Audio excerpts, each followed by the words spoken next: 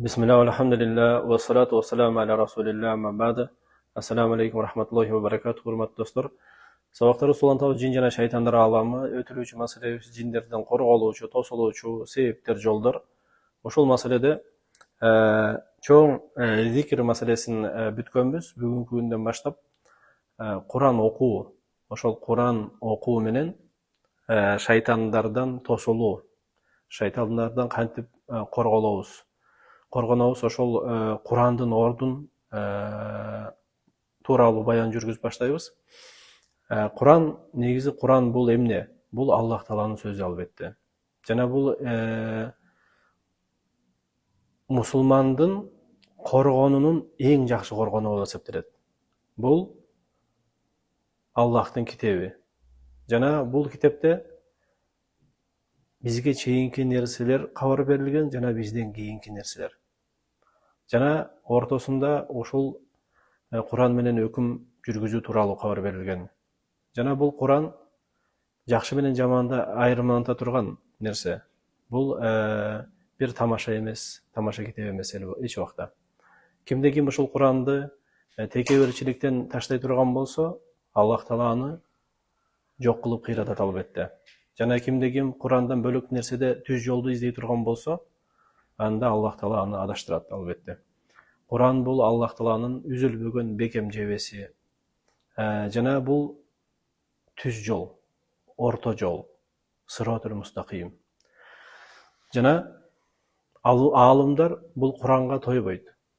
Мындайча айтканда, Курандан пайдаларды чыгара берет, бүтпөгөн. Бул пайгамбарыбыздын эң чоң мужизасы болгон, Аллах Таала берген. Эң чоң негизи, бүт мужизалардын эң чоңу ошол Куран болуп эсептелет. Жана бунун таң калыштуу, ажайып келген акыбалдары түгөнбөйт эч убакта Курандын. Жана калса, бул Куранга жиндер дагы кулак салган. Аллах Таала жиндердин тили менен Куранда кабар берет. Аллах Таала айтат: "Астагфиру билла, инна сами'на Кур'анан ажаба." Жиндер айтат: "Биз ажайып келген Куранды уктук. Яхди иля рушди фа аманна бих." Бул Куран түз жолго багыттайт экен, жана биз бул Куранга иман келтирдик. Валан нушрика би раббина ахада. Жана биз Роббубузга эч кимди шерик келтирбейбиз. Бир гана Аллахка сыйынабыз дейт. Бир гана Аллахты жаңгыз Кудай тутабыз деген мааниде Аллах Таала жиндердин тили менен ошол кабар берип атат Куранда. Кимде ким Куран менен сүйлөй турган болсо, албетте чынчыл болот. Кимде ким илим ала турган болсо, албетте сооп берилет.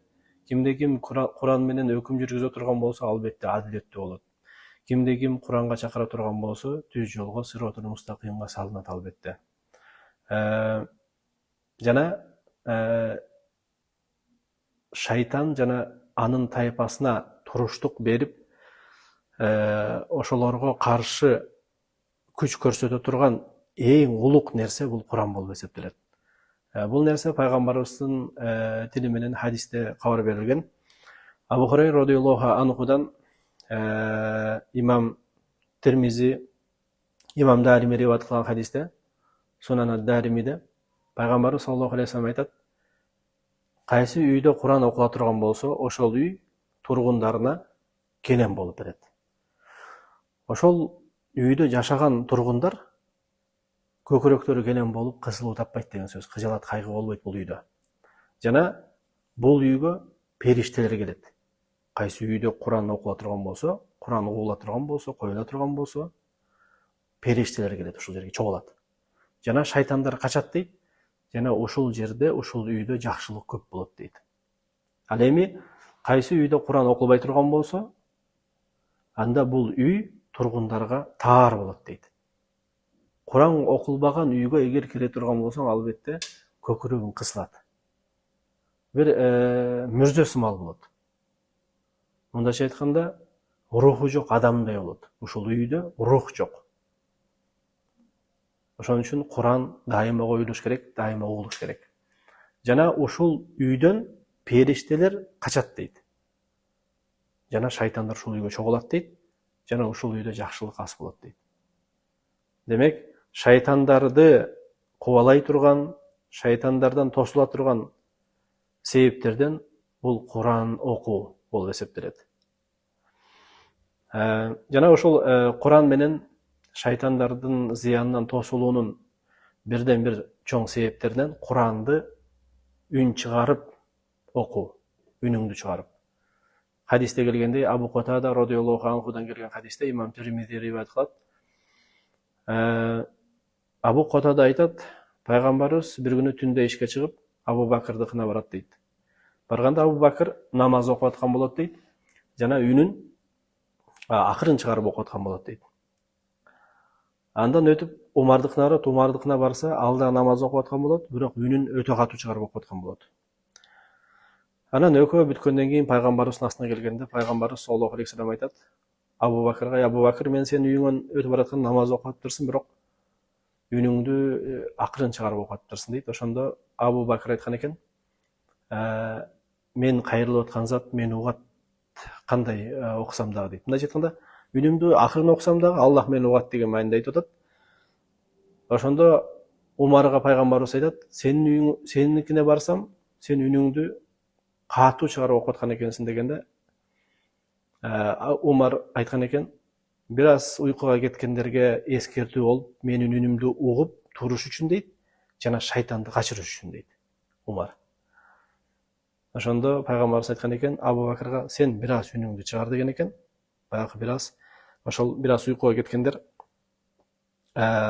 сенин үнүңдү угуп, алар дагы ошол Аллахты эстегенге туруш үчүн ибадат кылганга, ал эми Умар сен болсо үнүңдү бир аз азайт деген. Себеп дегенде, ар кандай үзүрү барлар бар, катуу уйкуга кеткендер бар, ошолорго зыян бербеш үчүн, же бөлөк бирөөлөр намаз окуп атса, ошол намазын чалыктырып, таасир этпеш үчүн дейт. Ошол жерде карасак, Умар айткан экен, шайтанды качырыш үчүн үнүмдү катуу чыгарып окуп атам деген. Ошон үчүн кимде ким Куран окуй турган болсо, баягы орто мээрде, акырында эмес, өтө катуу дагы эмес, үндү катуу чыгарып, орто катуулукта чыгарып окуган албетте шайтанды качырат. Бул маселеде негизи шайтандан тосула турган, шайтандын зыянынан тосула турган өзгөчө сүрөлөр бар, аяттар бар. Ушул нерселерге акырындык менен эмки сабактан баштап, кайсы сүрөлөр, кайсы аяттар өзгөчө шайтанга таасир берери тууралуу баяндап баштайбыз. Бүгүнкү ушул жерден токтоп турабыз. Бүгүн адаттагы дуа үйрөнүү маселесинде биз пайгамбарыбызга салават айтуу маселесинде жүргөнбүз. Ушул маселеде кайсы жерлерде пайгамбарга салават айтуу шариятталган деген маселе, кайсы орундар. Ошол орундарда кимде ким кыжылат, кайгы, кабада болсо, мындайча айтканда, ким стресс, депрессия, ушундай сыяктуу акыбалдарда эгер боло турган болсо, пайгамбарыбызга салават айтыш керек. Бул хадисте келет. Имам Тирмизи риваят кылган хадисте Убай ибн Кааб айтат, мен пайгамбарыбызга айттым дейт, Аллахтын элчиси, мен сага көп салават айтам, мен сага көп дуа кылам дейт. Канча негизи кылыш керекмин дегенде, пайгамбарыбыз саллаллаху алейхи вассалам айткан, канча кааласаң кыл деген. Анда 4төн 1-ин кылайын деген. Дегенде пайгамбарыбыз канча кылсаң кыл деген, бирок эгер көбүрөөк айтсаң жакшыраак болот деген. Анда мен ушул дуамдын жарымын сага арнайын дегенде, пайгамбарыбыз канча кылсаң кыла бер деген, бирок эгер көбүрөөк айтсаң, кошсоң дагы жакшы болот деген. Ошондо Убай радиаллаху анху айткан экен, 3төн 2син айтайын деген анда. Дуаларымдын 3төн 2син сага арнайын дегенде, пайгамбарыбыз канча кааласаң айт, бирок эгер көбүрөөк айтсаң жакшыраак болот дегенде, Убай айткан экен, дуамдын баарын сага айтам деген экен. Арнайым дегенде, пайгамбарыбыз саллаллаху алейхи вассалам айткан, "Идан tukfa хаммака ва югфару лака замбука". Демек, ушул мага салават айтууң, ушунча көп эсе айтууң, сенин ушу эки дүйнөдөгү кыжалатыңа жетиштүү болот деген. Кандай кыжалатың болбосун, ушул дүйнөдө жана акыреттеги ошол кыжалатың кетишине себеп болот деген. Себептен бул дүйнөдөгү кыжалат кайсы? кандай гана сыноолор болбосун, балелер болбосун, булар келип жүрөккө таасир эте берет адамдын. Анан киши кыжалат, кайгы капа калдыра берет. Стресс, депрессия акыбалга түшө берет. Айтып атат пайгамбарыбыз, ушул салаватты көп айтуу, ушул жүрөктөн ушул нерсе кетүүгө себеп болот деп атат. Ал эми кыямат күнү, кыяматтын жанакы сотундагы акыбалдардан, коркуу акыбалынан, ошол акыбалдын негизинде кыжалатты кетиргенге себеп болот.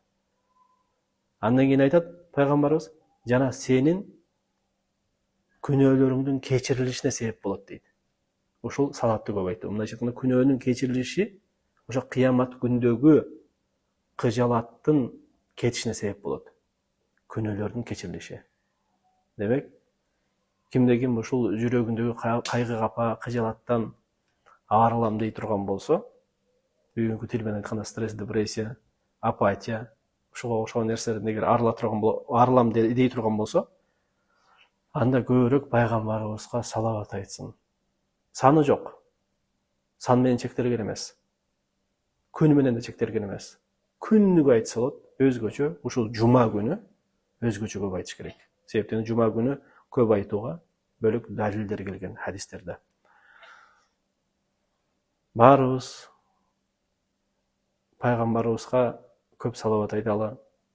Жана ушул нерсе пайгамбарыбызга болгон жүрөгүбүздөгү сүйүүнү жаратсын. Жана ушул айтуубуз менен, ушул айтуубуз шайтан жана жиндердин зыянынан коргонууга бизге себеп болуп берсин. Жана ушул сабактарыбызды Аллах Таала ихластуу, берекелүү жана дайымдуу кылсын. Көрүшкөнчө сак саламатта болуңуздар. Субханака Аллахумма ва бихамдика ашхаду ан ла илаха илля анта астагфирука ва атубу илейк. Ассаламу алейкум ва рахматуллахи ва баракатуху.